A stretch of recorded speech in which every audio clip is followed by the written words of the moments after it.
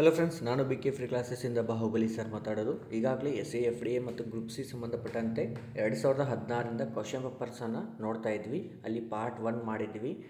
2016 GK question ಪೇಪರನ್ನು 50 ಕ್ವಶನನ್ನು ಮಾಡಿದ್ವಿ. ಇಲ್ಲಿ part 2 ಅಲ್ಲಿ ಇನ್ನುಳಿದ 50 ಪ್ರಶ್ನೆಗಳನ್ನು ನೋಡ್ತಾ ಹೋಗೋಣ. ಯಾವ ರೀತಿ ಬಂದಿದ್ದು, ಯಾವ ಸಬ್ಜೆಕ್ಟ್ ಮೇಲೆ ಬಂದಿದ್ದು ಅಂತೇಳಿ ನೋಡ್ತಾ ಹೋಗೋಣ. Okay, done. ಹಿಂದಿನ ವಿಡಿಯೋ ಯಾರು ನೋಡಿಲ್ಲ ಅವರು ನೋಡ್ಕೋರಿ. ಅದೇ ರೀತಿ ವಿಡಿಯೋ ಸಬ್ಸ್ಕ್ರೈಬ್ ಮಾಡ್ಕೋರಿ, ಬೆಲ್ ಐಕಾನ್ ಕ್ಲಿಕ್ ಮಾಡಿರಿ. ನೆಕ್ಸ್ಟ್ ವಿಡಿಯೋ ಅಪ್ಲೋಡ್ ಆದಮೇಲೆ ನಿಮಗೆ ನೋಟಿಫಿಕೇಷನ್ ಬರುತ್ತೆ.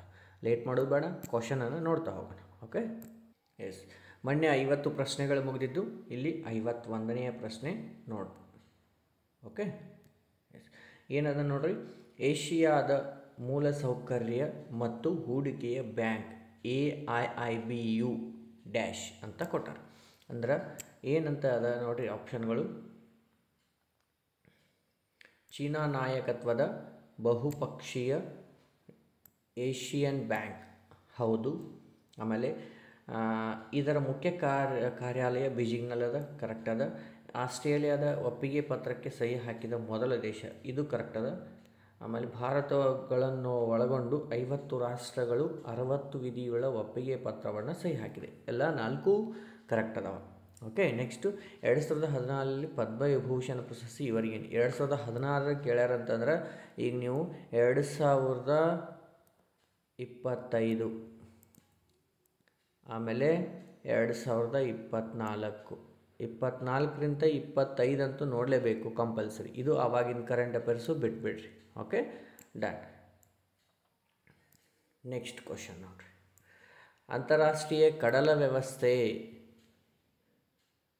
ಸಂಸ್ಥೆ IMO ಡ್ಯಾಶ್ ಅಂತ ಕೊಟ್ಟಾರೆ. ಇದರಲ್ಲಿ ಇಷ್ಟು ಏನು ಆಯ್ಕೆಗಳದಾವ, ಇವುಗಳಲ್ಲಿ ಯಾವ್ಯಾವ ಕರೆಕ್ಟ್ ಅದಾವ ಅಂತೇಳಿ ನೋಡ್ತಾ ಹೋಗೋಣ. ಓಕೆ, ನೋಡಿರಿ. ಪ್ರಸ್ತುತ 170 ಸದಸ್ಯಗಳು. ಈ ಪ್ರಸ್ತುತ ಅಲ್ಲ, ಆವಾಗಿದ್ದು. ಈ ಸದ್ಯ ಜಾಸ್ತಿ ಆಗಿರ್ತಾವೆ. ಅವು ಎಷ್ಟಾಗ್ಯಾವ ಅಂತೇಳಿ ನೋಡಿರಿ. ಇದು ಹಡಗು ಸಾರಿಗೆ ಮತ್ತು ರವಾನೆಯ ಸಮಗ್ರ ಚೌಕಟ್ಟಿನ ಬೆಳವಣಿಗೆ ಮತ್ತು ನಿರ್ವಹಣೆ ಇದೆ, ಹೌದು, ಕರೆಕ್ಟ್ ಅದ. ನೆಕ್ಸ್ಟು, ಭಾರತವು ಅಂತಾರಾಷ್ಟ್ರೀಯ ಕಡಲು ಸಂಸ್ಥೆಯ ಸಭೆಯ ಸದಸ್ಯ ಸ್ಥಾನಕ್ಕೆ ಮರು ಆಯ್ಕೆಗೊಂಡಿದೆ. ಯಾವಾಗಿದ್ದು? ಆವಾಗಿದ್ದು. ಓಕೆ, IMO ಬಗ್ಗೆ ನೀವು ತಿಳ್ಕೊಬೇಕಂತ.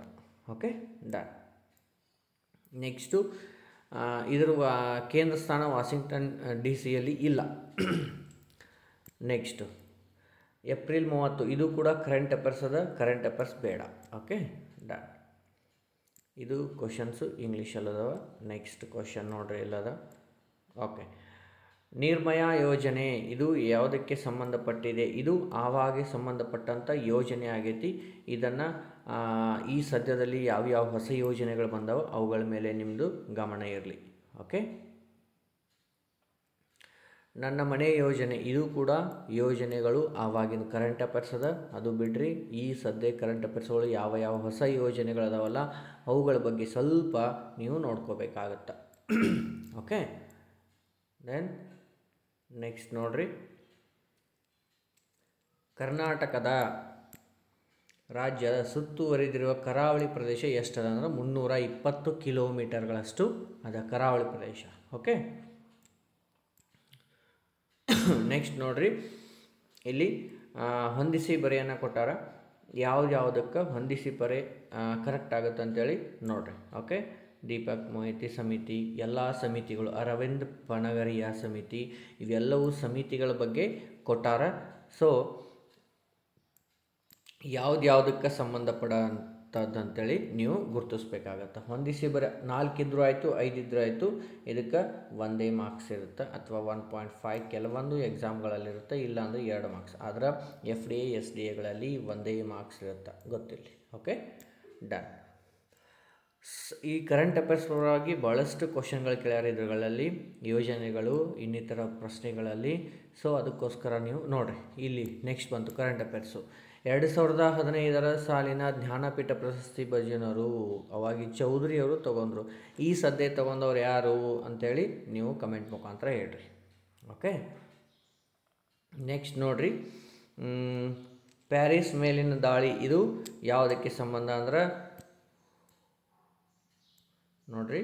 ಪ್ಯಾರಿಸ್ ಮೇಲಿನ ದಾಳಿ ಇದು ಯಾವುದಕ್ಕೆ ಸಂಬಂಧ ಅದ ರೀ? ಚಾರ್ಲಿ ಹೆಬ್ಡೋ. ಆಮೇಲೆ ಭಯಂಕರವಾದ ಭೂಕಂಪ, ಇದು ನೇಪಾಳ. ಆವಾಗಿನ ಸಂಬಂಧಪಟ್ಟಂತೆ ಭಯೋತ್ಪಾದಕರ ನೇಣು ಹಾಕುವಿಕೆ, ಇದು ಯಾಕೂಬ್ ಮೆಮನ್. ಬೆಳೆಯುತ್ತಿರುವ ಅಸಹಿಷ್ಣುತೆ, ಇದು ಯಾವುದು, ಎರಡನೇದು. ಸೊ ಈ ರೀತಿ ಕರೆಂಟ್ ಅಫೇರ್ಸ್ ಇದೆ. ಸೊ ಯಾಕಂತಂದ್ರೆ ಕೆಲವೊಂದು ಪ್ರಶ್ನೆಗಳು ಆಗ ನಡೆದಂತಹ ಸಂಬಂಧದಂತೆ ಕೇಳಿರೋಂಥದ್ದು. ಓಕೆ, ಪ್ಯಾರಾಗ್ರಾಫ್ ಕೊಟ್ಟು ಒಂದು ಕ್ವಶನ್ಗಳನ್ನು ಕೇಳಿದ್ದಾರೆ. ನೆಕ್ಸ್ಟ್ ನೋಡ್ರಿ, ಮತ್ತೇನೆ ಹೇಳಿಕೆಗಳು. ನನಗೆ ಅನಿಸಿದಂತೆ ಆಕೆ ಹುಚ್ಚೆಯಾಗಿದ್ದಾಳೆ. ಆಕೆ ಕಳೆದ ರಾತ್ರಿ ನಾಯಿಯಂತೆ ಬೊಗಳುತ್ತಿದ್ದಳು ಎಂದು ಎಯು ಬಿಗೆ ಮಧುವ ಬಗ್ಗೆ ಹೇಳುತ್ತಾಳೆ. ಊಹೆಗಳು. ಮಧು ಎಯ ಗೆಳತಿ, ಬಿಗೆ ಮಧು ಬಗ್ಗೆ ಗೊತ್ತು. ಹೌದು, ಮಧು ಇದ್ದವರು ಅವ್ರಿಗೆ ಗೆಳತಿ ಆದಾಗನ ಹೇಳಬೇಕಾ? ಅದೇ ರೀತಿ ಬಿಗೆ ಮಧುಳ ಬಗ್ಗೆ ಗೊತ್ತಿದ್ದಾಗನೇ ಹೇಳ್ತಿರ್ತಾನಲ್ಲ. ಹೌದಾ? ಎ ಮತ್ತು ಬಿ ಅಂದ್ರೆ 1 ಮತ್ತು 2 ಎರಡೂ ಸರಿಯಾದವ. ನೆಕ್ಸ್ಟ್ ನೋಡ್ರಿ, 69. ಭಾರತದಲ್ಲಿ ತಯಾರಾದ ಎಲ್ಲ ದೂರದರ್ಶನ ಸೆಟ್ಗಳಲ್ಲಿ ಸೋಲಾರ್ ಎಂಬುದು ಅತಿ ಹೆಚ್ಚು ಮಾರಾಟ ಹೊಂದಿದೆ. ಇವುಗಳಲ್ಲಿ ನೋಡ್ರಿ, ಒಂದನೇದು ಭಾರತ ತಯಾರಾದ ಎಲ್ಲ ಟಿವಿ ಸೆಟ್ಗಳ ಮಾರಾಟದ ಬಗ್ಗೆ ತಿಳಿಸಿದೆ. ಇದು ನೋಡ್ರಿ, ಟಿವಿ ಸೆಟ್ ಮಾರಾಟ. ಹೌದು, ದೂರದರ್ಶನಗಳ ಮಾರಾಟದ ಹೆಂಗೈತಿ, ಅತಿ ಹೆಚ್ಚು ಮಾರಾಟ ಹೊಂದಿದೆ ಅಂದ್ರೆ ಅದರ ಮಾರಾಟದ ಬಗ್ಗೆ ಸೂಚನೆ ಮಾಡಿದ. ಸೋಲಾರ್ ಸೆಟ್ನ ಉತ್ಪಾದನೆ ಇಲ್ಲಿ ನಷ್ಟದ ಬಗ್ಗೆ ಮಾತಾಡೇ ಇಲ್ಲ ಅವರು, ಒಂದನ್ನು ಮಾತ್ರ ಕರೆಕ್ಟ್ ಅದ. Okay, done. ನೆಕ್ಸ್ಟ್ ನೋಡ್ರಿ, ಕ್ರಮಬದ್ಧವಾಗಿ ಸಸ್ಯ ಪ್ರಭೇದಗಳನ್ನು ವ್ಯವಸ್ಥಿತವಾಗಿ ಜೋಡಿಸುವ ಸಸ್ಯಶಾಸ್ತ್ರದ ಒಂದು ವಿಭಾಗವನ್ನು ಏನಂತಾರೆ? ಟ್ಯಾಕ್ಸೋನಮಿ ಅಂದರೆ ಜೀವಿ ವರ್ಗೀಕರಣ ಶಾಸ್ತ್ರ ಅಂತೀವಿ. Option number D is right. Option number 4. Okay, done. Next, ಸ್ವಾಯತ್ತ ಸಂಸ್ಥೆಗಳೊಂದಿಗೆ ಸಾರ್ವಜನಿಕ ಹೊಣೆಗಳ ವಲಯ ಹೊಂದಿಸಿ ಇವರೇರಿ ಅಂತ ಹೇಳ್ಯಾರ. ಓಕೆ, ಫಸ್ಟ್ನೇದು ನೋಡ್ರಿ, ರಾಷ್ಟ್ರೀಯ ರೋಗ ನಿರೋಧಕ ಸಂಸ್ಥೆ ಎಲ್ಲದರಿ? ನವದೆಹಲಿ ಒಳಗದ. ರಾಷ್ಟ್ರೀಯ ಜೀವಕೋಶ ವಿಜ್ಞಾನ ಸಂಸ್ಥೆ ಪುಣೆ ಒಳಗದ. DNA ಬೆಳಚು ಎಲ್ಲದರಿ? ಹೈದರಾಬಾದ್ ಒಳಗದ. ರಾಷ್ಟ್ರೀಯ ಮೆದುಳು ಸಂರಕ್ಷಣಾ ಮನೇಸರ್. ಓಕೆ, ಇವು very very important. Single line question ಒಳಗೂ ಕೇಳೋ ಚಾನ್ಸಸ್ ಅದಾವ, ಕೇಳ್ಯಾರ. Okay, done. ನೆಕ್ಸ್ಟ್ 71 ನೋಡ್ರಿ, ಇಲ್ಲೇ ಒಂದು ಪ್ರಭೇದಕ್ಕೆ ಮೂಲವಲ್ಲದ ತಳಿ ಪ್ರಭೇದವನ್ನು ಎಕ್ಸೋಟಿಕ್, ವಿಲಕ್ಷಣ ಎನ್ನುವರು. ಈ ಕ್ವಶನ್ನು ರೀಸೆಂಟಾಗಿ ಪರೀಕ್ಷೆಯಲ್ಲಿ ಕೂಡ ಕೇಳಿದ್ದಾರೆ, ಗೊತ್ತಿರಲಿ. ಓಕೆ, ಯಾಕೆ ನಾವು previous year question paper repeat ಮಾಡ್ಬೇಕಂದ್ರೆ ಸೇಮ್ ಕ್ವಶನ್ಸ್ ಅರೈಸ್ ಆಗ್ಯಾವ, ಅದಕ್ಕೋಸ್ಕರ. Okay, done. ಗುಂತರ ಗ್ರಾಸ್ ಎಂದರೆ ಯಾರು ಅಂತ ಕೇಳಿ, ಗುಂತರ ಗ್ರಾಸ್ ಅಂತೇಳಿ ಯಾರನ್ನು ಕರೆದಿದ್ದಾರೆ ಅಂತಂದ್ರೆ ನೋಡ್ರಿ, ರೋಹಿಂಗ್ಯಾ ಅಲ್ಪಸಂಖ್ಯಾತರಿಗೆ ಪೌರತ್ವವನ್ನು ಮಯನ್ಮಾರ್ ದೇಶವನ್ನು ನೀಡಬೇಕಿದ್ದು ಅಮೇರಿಕಾದ ಕಾಂಗ್ರೆಸ್. ಇದು option number C is right. Okay, done. Next, ಇಲ್ಲಿ ಮೆಂಟಾಲಿಟಿ ಬಗ್ಗೆ ಅದ. ಇವು ಕ್ವಶನ್ಗಳನ್ನು ನಾನು ಆಮೇಲೆ ಸಪ್ರೇಟಾಗಿ ಮ್ಯಾಥ್ಸ್ ಸಂಬಂಧಪಟ್ಟಂತೆ ಮಾಡ್ತಿರ್ತೀನಿ. ಈಗ ಆನ್ಸರ್ ಅಷ್ಟು ನೋಡ್ಕೊತ ಹೋಗ್ಬಿಟ್ರಿ. ಇದ್ರ ಕ್ವಶನ್ ಯಾವುದು? 76ನೇದು ಸಿ ಅದ. ನೆಕ್ಸ್ಟು, ರಾಜದ್ರವ ಯಾವುದು ಅಂತ ಕೇಳ್ಯಾರ? ಆಕ್ವಾರಿಜಿಯಾ ಅಂತೀವಿ ನಾವು. ಇದರಲ್ಲಿ ನಮ್ಮ ಗೋಲ್ಡು ಕರಗತ್ತ. HNO3 3HCl, ಇದು ರಾಜದ್ರವ ಅಂತೀವಿ. ಹೈಡ್ರೋನಿಯಂ ಅಯಾನು ಎಂಬುದು H3O+. ಕೆಮಿಸ್ಟ್ರಿ ಬಗ್ಗೆ ಭಾಳಷ್ಟು ಕ್ವಶನ್ಗಳು ಬಂದವು. Okay, done. ನೆಕ್ಸ್ಟು, ಇದು ಕೂಡ ಮೆಂಟಾಲಿಟಿ ಸಂಬಂಧಪಟ್ಟಂತೆ. ಇದನ್ನು ನೆಕ್ಸ್ಟ್ ಕ್ಲಾಸಲ್ಲಿ ನಾನು ಸೊಲ್ಯೂಷನ್ ಮಾಡ್ತೀನಿ. 16,500. ನೆಕ್ಸ್ಟ್ 3 ಗಂಟೆ 9 ಗಂಟೆಯವರೆಗಿನ ಮುಳ್ಳುಗಳು ಲಂಬಕೋನದಲ್ಲಿ ಎಷ್ಟು ಬಾರಿ ಬರುತ್ತವೆ? 3 ಗಂಟೆಯಿಂದ 9 ಗಂಟೆಯವರೆಗೆ, ರಾತ್ರಿ 9 ಗಂಟೆ ಎಷ್ಟು ಬರ್ತಾವ ಅಂತಂದ್ರೆ ಟೋಟಲ್ಲಾಗಿ ನಿಮಗೆ ಗೊತ್ತಿರಲಿ, ಲಂಬವಾಗಿ ಬರುವಂಥದ್ದು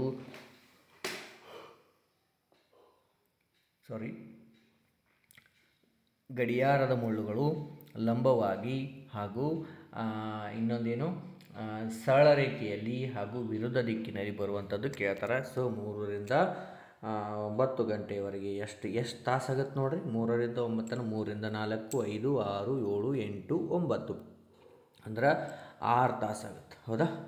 ನಮ್ಮ 6 ತಾಸುಗಳಲ್ಲಿ ಎಷ್ಟಂದ್ರೆ ಟೋಟಲ್ 12 ತಾಸ್ನಾಗ 11 ಬಾರಿ ಬರ್ತಿತ್ತಂದ್ರೆ ಅದರ ಹಿಂದಿಂದು ಟೋಟಲ್ ಆಗಿ 10 ಬಾರಿ ಬರ್ತದೆ. ಈ ಟಾಪಿಕ್ ಗಡಿಯಾರದ ಬಗ್ಗೆ ನಾನು ಸಪ್ರೇಟಾಗಿ ಕ್ಲಾಸ್ ಮಾಡ್ತೀನಿ ಟಾಪಿಕ್. Okay, done. ನೆಕ್ಸ್ಟ್ ನೋಡ್ರಿ, ರಾಮಾನುಜನ್ ಮ್ಯಾಜಿಕ್ ಚೌಕ, ಮ್ಯಾಜಿಕ್ ಟೇಬಲ್ ಅಂತೀವಿ.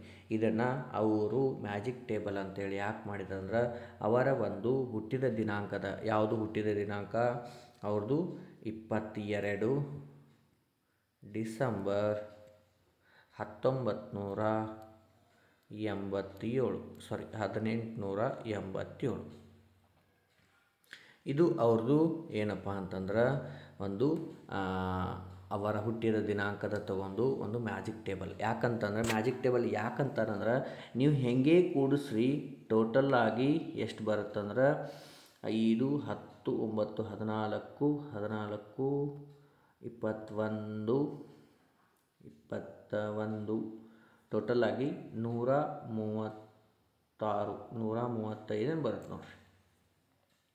ಯಾಕಂತಂದ್ರೆ ಟೋಟಲ್ಲಾಗಿ ನೀವು ಹೆಂಗೇ ಕೂಡಿಸಿದ್ರು ನೋಡಿರಿ, ಇಲ್ಲಿ 19 ಅದ. ಓಕೆ, ಸೇರಿಸ್ರಿ 19, 86, 23, 11 ಕೂಡಿಸ್ರಿ 10, 9, 1, 10, 6, 3, 9 ಅಂದ್ರೆ 10, 19 ಆಯಿತು. 139 ಬರುತ್ತೆ ರೀ. ನೀವು ಹೆಂಗೆ ಕೂಡಿಸ್ರಿ 139 ನೋಡಿರಿ. ಅಂದ್ರೆ ನೀವು ಈ ಕ್ರಾಸ್ ರೀತಿಯಲ್ಲಿ ಕೂಡಿಸ್ರಿ 139, ಆಮೇಲೆ ಹಿಂಗೆ ಕೂಡಿಸ್ರಿ 139, ಈ 4 ಅಂಕಿಗಳನ್ನು ಕೂಡಿಸ್ರಿ 139, ಇವುಗಳನ್ನ ಕೂಡಿಸ್ರಿ 139. ಹೆಂಗೆ ಕೂಡಿಸಿದ್ರು 139 ಬರುವಂಥದ್ದು. ಅದಕ್ಕೋಸ್ಕರ ಇದು ಮ್ಯಾಜಿಕ್ ಟೇಬಲ್. ಅಂದರೆ ಈ ಒಂದು ಪ್ಲೇಸಲ್ಲಿ 22 ಬರುತ್ತೆ, ಇಲ್ಲಿ 87 ಬರುತ್ತೆ. ಇದು magic table. Very important. Offline ಕ್ಲಾಸಲ್ಲಿ ಭಾಳಷ್ಟು ಕ್ಲಾಸಲ್ಲಿ ಪ್ರತಿ ಸಲ ಇದೊಂದು ಹೇಳ್ತೀನಿ ನಾನು. Okay, done. ನೆಕ್ಸ್ಟು ಇದು ಆನ್ಸರ್ ಕೂಡ 60%. ಇದು ನೆಕ್ಸ್ಟ್ ಕ್ಲಾಸಲ್ಲಿ ನಾನು ರಿವಿಷನ್ ಅದು ಬಿಡಿಸ್ತೀನಿ, don't worry. Okay, done. Next 83 WTO ವಿಶ್ವ ವ್ಯಾಪಾರ ಸಂಘಟನೆಯ ಬಾಲಿ ಸುತ್ತಿನಲ್ಲಿ ಭಾರತವು ಈ ಕೆಳಕಂಡ ಯಾವ ಒಪ್ಪಂದಗಳಿಗೆ ವೀಟೋ ಹಾಕಿದೆ? ಜಾಗತಿಕ ಸುಂಕಗಳ ನಿಯಮಗಳು. ಇದು ಅವಾಗಿದ್ದು ಜಾಗತಿಕ ಸುಂಕಗಳ ನಿಯಮಗಳ ಬಗ್ಗೆ ಅವರು ವೀಟೋ ಹಾಕಿದ್ರು. ಯಾರು? ನಮ್ಮ ಭಾರತ ದೇಶ. ಓಕೆ, ಮರೆಯುವ ಹಕ್ಕು ಬಗ್ಗೆ ಕೆಳಕಂಡ ಯಾವ ದೇಶವು ಇತ್ತೀಚೆಗೆ ನಿರ್ಣಯ ಕೈಗೊಂಡಿದೆ? ಯುರೋಪಿಯನ್ ಒಕ್ಕೂಟ. ಅವಾಗಿದ್ದು. ಇವಾಗೆಲ್ಲ ಮರೆಯುವ ಹಕ್ಕು ಬಗ್ಗೆ ಯಾರು ನಿರ್ಣಯ ತಗೊಂಡ್ರೆ ಯುರೋಪಿಯನ್ ಒಕ್ಕೂಟ. ಡನ್. ನೆಕ್ಸ್ಟು, ಯಾವ ಕದಂಬ ರಾಜಕುಮಾರಿಯ ವಿವಾಹ ಪುನ್ನಾಟ ರಾಷ್ಟ್ರವರ್ಮನ ಜೊತೆ ಆಗಿತ್ತು? ಯಾರಂದ್ರೆ ಪ್ರಭಾವತಿಯವರ ಜೊತೆ ಅವರ ಮದುವೆಯಾಗಿತ್ತು. ಭಾರತೀಯ ಮಹಿಳಾ ಬ್ಯಾಂಕ್ನ ಮೊದಲ CMD ಯಾರಾಗಿದ್ರು? ಉಷಾ ಅನಂತ ಸುಬ್ರಮಣಿಯನ್ ಆಗಿದ್ದರು. Okay, very important. ದೆನ್ ಇದು ಕೂಡ ಕರೆಂಟ್ ಅಫೇರ್ಸ್ ಅದ ಬಿಡ್ರಿ. ಈ ಕಡೆ ನೋಡ್ರಿ, ಯಾವ ಶಾಸನದಿಂದ ವೀರಶರ್ಮನು ಮಯೂರ ಶರ್ಮನ ಅಜ್ಜನೆಂದು ತಿಳಿದು ಬರುತ್ತದೆ? ಗುಡ್ನಾಪುರ ಇದು ಇಲ್ಲಿ ನಾವತ್ತದ ಗುಡ್ನಾಪುರ ಶಾಸನದ ಬಗ್ಗೆ ಅಲ್ಲಿ ಗೊತ್ತು ಮಾಡತ್ತ. ಇದು ಕರೆಂಟ್ ಅಫೇರ್ಸ್ ಅದ ಇವಾಗಿಂದು ನೋಡ್ರಿ. ದೆನ್ 87 ಇದೆ. ಯಾರು ದೇವರ ದಾಸಿಮಯ್ಯನ ಶಿಷ್ಯೆಯಾಗಿದ್ದಳು ಅಂತಂದ್ರೆ ಸುಗ್ಗಲದೇವಿ. Very important. ವಿಕ್ರಮಾಂಕೋಬ್ಯಾದಮ್ನ ಕೃತಿ ಕರ್ತೃ ಯಾರು ಅಂತ ಕೇಳ್ಯಾರ? 3ನೇ ಸೋಮೇಶ್ವರ ಈ ಒಂದು ಕೃತಿಯ ಕರ್ತೃ. ಓಕೆ, ದೆನ್ ನೆಕ್ಸ್ಟು, ಕೆಳಗಿನ 10ನೇ ಶತಮಾನದಲ್ಲಿ ಪೂರ್ವಾರ್ಧದಲ್ಲಿ ಕನೋಜನ್ನು ಭೇಟಿ ಮಾಡಿದ ಅರಬ್ ಪ್ರವಾಸಿಗ ಯಾರು? ಮಸೂದಿ. ಅವನ ಹೆಸರೇನು? ಮಸೂದಿ. 89 ಆಯಿತು. ನೆಕ್ಸ್ಟು, ಮಹಾರಾಜರು. ವೇಟ್,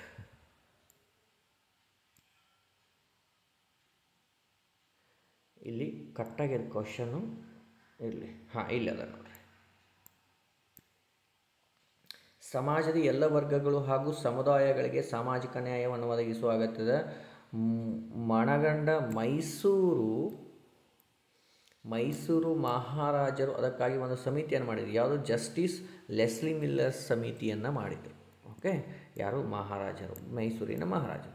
1881ರಲ್ಲಿ ಸ್ಥಾಪಿಸಲಾದ ಮೈಸೂರು ಪ್ರತಿನಿಧಿ ಸಭೆಯ ಮುಖ್ಯ ಉದ್ದೇಶವೇನೆಂದರೆ ಆಡಳಿತ ಮೇಲಿನ ಜನಾಭಿಪ್ರಾಯವನ್ನು ಅಳೆಯುವುದು ಮತ್ತು ಸರ್ಕಾರವನ್ನು ವಿಮರ್ಶಿಸುವುದು ಅದರ ಉದ್ದೇಶವಾಗಿತ್ತು. 93 ಮೈಸೂರಿನ ಆಧುನೀಕರಣವನ್ನು ಮೈಸೂರಿನ ಒಡೆಯರಲ್ಲಿ ಒಬ್ಬರು ಪ್ರಾರಂಭಿಸಿದರು ಎಂಬುದಾಗಿದೆ ಹೇಳುತ್ತಾರೆ. ಸರಿಯಾದ ಉತ್ತರವನ್ನು ಗುರುತಿಸಿ. ಯಾರು? ಚಿಕ್ಕದೇವರಾಜ ಒಡೆಯರವರು. ಅವರು ಏನು ಮಾಡಿದರು? ಮೈಸೂರು ಆಧುನೀಕರಣಕ್ಕೆ ಪ್ರಾರಂಭವನ್ನು ಕೊಟ್ಟರು. ನೆಕ್ಸ್ಟು ಬಾಗ್ದಾದಿನ ಖಲೀಫನಿಗೆ ಮೊಹಮ್ಮದ್ ಬಿನ್ ಕಾಸಿಮನು ಬಂಧಿಸಿ ಕಳಿಸಿಕೊಟ್ಟ ಇಬ್ಬರು ದಹೀರನ ಕುಮಾರಿಯರು ಯಾರು ಅಂತ ಕಾಲಾನುಕ್ರಮದಲ್ಲಿ ಅಲ್ಲ, ಈ 4ರಲ್ಲಿ ಯಾರು ಅಂತ ಕೇಳಿದರವರು. ಯಾರು ಅಂತಂದ್ರೆ ಇಬ್ಬರು ರಾಜದಹಿರ ಕುಮಾರಿಯರು. ಯಾರಂತಂದ್ರೆ ಒಂದು ಪರ್ಮಲ್ ದೇವಿ, ಇನ್ನೊಂದು ಸೂರಜ್ ದೇವಿ. ಇವರಲ್ಲ 1 ಮತ್ತು 3. ಓಕೆ, 95ನೆಯ ಪ್ರಶ್ನೆಯನ್ನು ನೋಡ್ರಿ. ಸ್ವಾತಂತ್ರ್ಯ ಚಳುವಳಿಯಲ್ಲಿ ಕನ್ನಡದ ಮಹಿಳೆಯರು ಹೋರಾಡಿದರು, ಹೌದಾ? ಅವರಲ್ಲಿ ಒಬ್ಬರು ಉತ್ತರ ಕರ್ನಾಟಕಕ್ಕೆ ಸೇರಿದವರು. ಯಾರು? ಲೀಲಾವತಿ ಮಾಗಡಿಯವರು ನಮ್ಮ ಉತ್ತರ ಕರ್ನಾಟಕಕ್ಕೆ ಸೇರಿದವರು. Very very important. Okay, done. Next 95 ಆಯಿತು. 96 ಇಲ್ಲಲ್ಲ. ಕೆಳಗಿನ ತಿಳಿಸಿರುವ ದೆಹಲಿ ಸುಲ್ತಾನರಲ್ಲಿ ಮೊದಲ ಬಾರಿಗೆ ದರ್ಬಾರಿನಲ್ಲಿ ಸಜ್ದಾ ಮತ್ತು ಪಾಯಿಬೋಸ್ ಪದ್ಧತಿಗಳನ್ನು ಯಾರು ಪ್ರಾರಂಭಿಸಿದ ಅಂದ್ರೆ ಬಲ್ಬನನು ಪ್ರಾರಂಭಿಸುತ್ತಾನ. ಗೊತ್ತಿರಲಿ, ಈ 2 ಪದ್ಧತಿಗಳನ್ನು ಬಲ್ಬನ್ ಪ್ರಾರಂಭಿಸ್ತಾನ. ನೆಕ್ಸ್ಟು ಅಲ್ಲಾವುದ್ದೀನ್ ಖಿಲ್ಜಿಯ ಕಾಲದಲ್ಲಿ ಭಾರತದ ಮೇಲೆ ಆಕ್ರಮಣ ಮಾಡದೆ ಹೋದ ಮಂಗೋಲಿಯನ್ ಆಕ್ರಮಣಕಾರರು ಯಾರು? ಅಲ್ಲಿ ಆಕ್ರಮಣ ಮಾಡದೆ ಹೋದವರು ಯಾರು ಅಂತ ಕೇಳಾರ. ಯಾರು ಅಂತಂದ್ರೆ ಆಪ್ಷನ್ ನಂಬರ್ 4 ಅಲ್ಲಾವುದ್ದೀನ್, ತಮರ್ಶಿರಿನ್ ಮತ್ತು Genghis Khan. Option number 4 is right.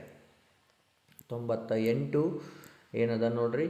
ಗುಲಾಮಿ ಸಂತತಿಯ ಸುಲ್ತಾನರು ಅವರೋಹಣ ಕ್ರಮದಲ್ಲಿ ಬರೆಯಿರಿ ಅಂದ್ರೆ ಯಾರು? ಫಸ್ಟ್ ಅವರೋಹಣ ಕ್ರಮದಲ್ಲಿ ಬರಿ ಅಂತಂದಾಗ ಫಸ್ಟ್ ಯಾರು? ರುಕ್ಮುದ್ದೀನ್ ಫಿರೋಜ್ ಬರ್ತಾನ. ನೆಕ್ಸ್ಟು ಬೆಹರಾಮ್ ಶಾ ಬರ್ತಾನ. ನೆಕ್ಸ್ಟು ಅಲ್ಲಾವುದ್ದೀನ್ ಮಸೂದ್ ಶಾ ಬರ್ತಾನೆ. ನೆಕ್ಸ್ಟು ನಾಸಿರುದ್ದೀನ್ ಬರ್ತಾನೆ. ಇಲ್ಲಿ ಆಪ್ಷನ್ ನಂಬರ್ 2 ಸರಿಯಾದ ಉತ್ತರ. ನೆಕ್ಸ್ಟು 99 ಹೊಂದಿಸಿ ಬರಿಯನ್ನು ಮಾಡಿದಾರ. ಏನದ? ಯಾವ ಪರ್ವತಗಳನ್ನು ಎಲ್ಲೆಲ್ಲಿ ಅದಾವ ಅಂಥೇಳಿ ಪ್ಲೇಸ್ಗಳನ್ನು ಕೊಟ್ಟಾರ. ಗುರು ಶಿಖರ ಎಲ್ಲದರಿ? ಅರಾವಳಿ ಶ್ರೇಣಿಯಲ್ಲಿ. ದೊಡ್ಡ ಬೆಟ್ಟ ಇದು ನೀಲಗಿರಿಯಲ್ಲಿ. ಅಣ್ಣೈಮಲೈ ಅಂದರು ಇದು ಅಣ್ಣಮಲೈ. ಧೂಪ್ಗರ್ ಸಾತ್ಪುರ್ ಶ್ರೇಣಿ. Okay, very very important. ಭಾಳಷ್ಟು ಸಲ ಕೇಳಿದ್ದಾರೆ ಇದನ್ನು. Okay, done. ನೆಕ್ಸ್ಟು ಕೊನೆಯ ಪ್ರಶ್ನೆಯನ್ನು ನೋಡ್ರಿ. ಒಂದು 100ನೆಯ ಪ್ರಶ್ನೆ ಏನದ? ಇದು ಕೂಡ ಹೊಂದಿಸಿ ಬರೀ ಅದ. ಸಿಲ್ಸಿಲಾ ಇದು ಇಸ್ಲಾಮಿಕ್ ಕಾನೂನಿನ ಸಿಲ್ಸಿಲಾ ಅನ್ನೋದು ಸೂಫಿ ಕ್ರಮಗಳು. ಕಾಣ್ಕ್ವ ಸೂಫಿಗಳ ವಾಸಸ್ಥಾನ ಯಾವುದು? ಕಾಣ್ಕ್ವ. ನೆಕ್ಸ್ಟು ವಹದತ್ ಉಲ್ ಮಜೂದ್ ಇದು ಒಂದು ದೇವ ಐಕ್ಯ ತತ್ವ. ಓಕೆ, ಬಾಸಹರ ಇದು ಒಂದು ಇಸ್ಲಾಮಿಕ್ ಕಾನೂನು, ಇದು ಪರಿಪಾಠಕ ಕ್ರಮಗಳು. ಬೇಸಹರ ಇದು ಒಂದು ಇಸ್ಲಾಮಿಕ್ ಕಾನೂನಿನ ಪರಿಪಾಲಿಸದ ಕ್ರಮ. ಪರಿಪಾಲಕ ಕ್ರಮ ಬೇರೆ, ಬಾಸಹರ ಅಂತಂದರೆ ಇದು ಪರಿಪಾಲಕ ಕ್ರಮ. ಬೇಸಹರ ಅಂದರೆ ಪರಿಪಾಲಿಸದಂಥದ್ದು. ಓಕೆ, ಈ ರೀತಿ ನಿಮ್ಮದು 100 ಕ್ವಶನ್ಸ್ ಆಯಿತು.